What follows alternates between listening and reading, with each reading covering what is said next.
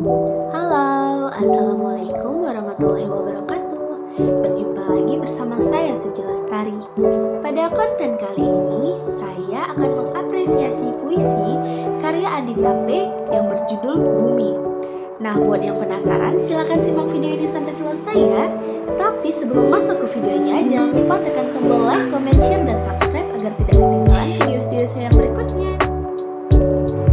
Stilistika adalah bidang kajian yang mempelajari dan memberikan deskripsi sistematis tentang gaya bahasa.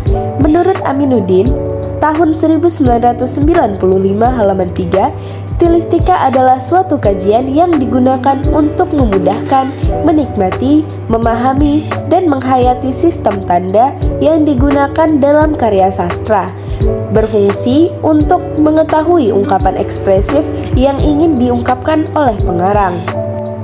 Stilistika adalah ilmu yang mempelajari gaya bahasa yang merupakan bagian linguistik yang memusatkan pada variasi-variasi penggunaan bahasa, tetapi tidak secara eksklusif memberikan perhatian khusus kepada kesusastraan. Artinya, kompleks pada penggunaan bahasa yang memanfaatkan unsur dan kaidah yang terdapat dalam bahasa dan efek apa yang ditimbulkan oleh pengarang itu. Aspek-aspek stilistika dalam kajian karya sastra adalah sebagai berikut. Yang pertama, gaya bunyi atau fonem. Kedua, gaya kata atau diksi. Ketiga, gaya kalimat atau sintaksis. Keempat, gaya wacana. Kelima, bahasa figuratif. Dan yang terakhir, citraan atau imaji. Yang pertama, gaya bunyi atau fonem.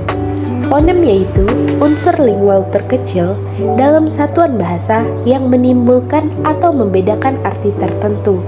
Bunyi dapat menekankan arti kata, mengintensifkan makna kata dan kalimat, bahkan dapat mendukung penciptaan suasana tertentu dalam sebuah puisi. Yang kedua, gaya kata atau diksi. Diksi yaitu sebagai pilihan kata-kata yang dilakukan oleh pengarang dalam karyanya guna menciptakan efek makna tertentu. Diksi adalah kata-kata mana yang dipakai untuk mengungkapkan suatu ide, meliputi persoal fraseologi, majas, dan ungkapan kata adalah suatu bahasa yang paling kecil yang merupakan lambang atau tanda bahasa bersifat mandiri secara bentuk dan makna. Yang ketiga, gaya kalimat atau sintaksis. Sintaksis yaitu penggunaan suatu kalimat untuk memperoleh efek tertentu. Misalnya inverse gaya kalimat tanya, perintah, dan elips. Sebuah pesan atau gagasan atau struktur batin diungkapkan dalam berbagai bentuk kalimat atau struktur lahir, berbeda-beda struktur dan kosakatanya. Selanjutnya, gaya wacana. Menurut Krida Laksana, tahun 1988 halaman 179, wacana adalah satuan bahasa terlengkap yang memiliki hierarki tertinggi dalam gramatika. Gaya wacana dalam bahasa sastra adalah gaya wacana dengan pemanfaatan sarana retorika seperti repetisi, paralelisme, klimaks, antiklimaks, dan hiperbola, serta campur kode dan alih kode. Gaya wacana adalah gaya bahasa dengan penggunaan lebih dari satu kalimat, kombinasi kalimat, baik dalam prosa maupun dalam puisi. Kemudian ada bahasa figuratif.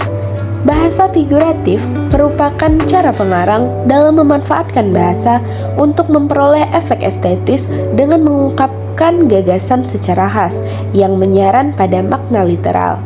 Bahasa figuratif dalam penelitian stilistika karya sastra mencakup majas, idiom, dan peribahasa. Bahasa kias pada dasarnya digunakan oleh sastrawan untuk memperoleh dan menciptakan citraan. Yang terakhir yaitu citraan atau imaji.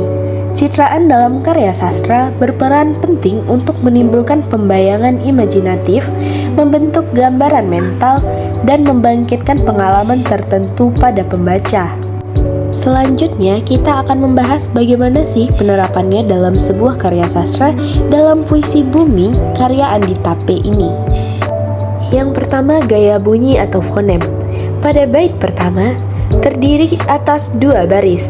Keseluruhan bait tersebut didominasi oleh vokal A.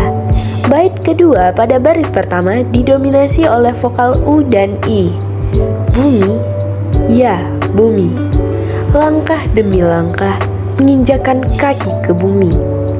Pada baris kedua didominasi oleh vokal A. Di saat orang-orang berada di atasnya. Pada bait ketiga didominasi oleh bunyi vokal A. Dia tak pernah mengeluh. Kita tak pernah tahu apa yang dirasakannya. Kita berjalan dengan angkuh di atasnya. Pada bait keempat didominasi oleh bunyi vokal I. Orang-orang mengubah bumi menjadi tersakiti, tertindih, termaki. Jika bumi bisa berbicara, ia akan mengeluh dan merintih, walau tak terdengar oleh hati yang tuli. Jadi, pemberdayaan gaya bunyi dengan adanya kombinasi bunyi dan rima pada puisi tersebut berhasil menciptakan atau menimbulkan suasana efek estetis. Gaya bahasa. Pertama, gaya kalimat terdapat beberapa dalam puisi Bumi, yaitu tanda baca, tanda seru, dan tanda tanya. Bumi, ya, bumi. Citraan atau imaji. Yang pertama, imaji visual merupakan imaji yang ada dalam puisi, menggambarkan atau melukiskan suatu gambaran keadaan.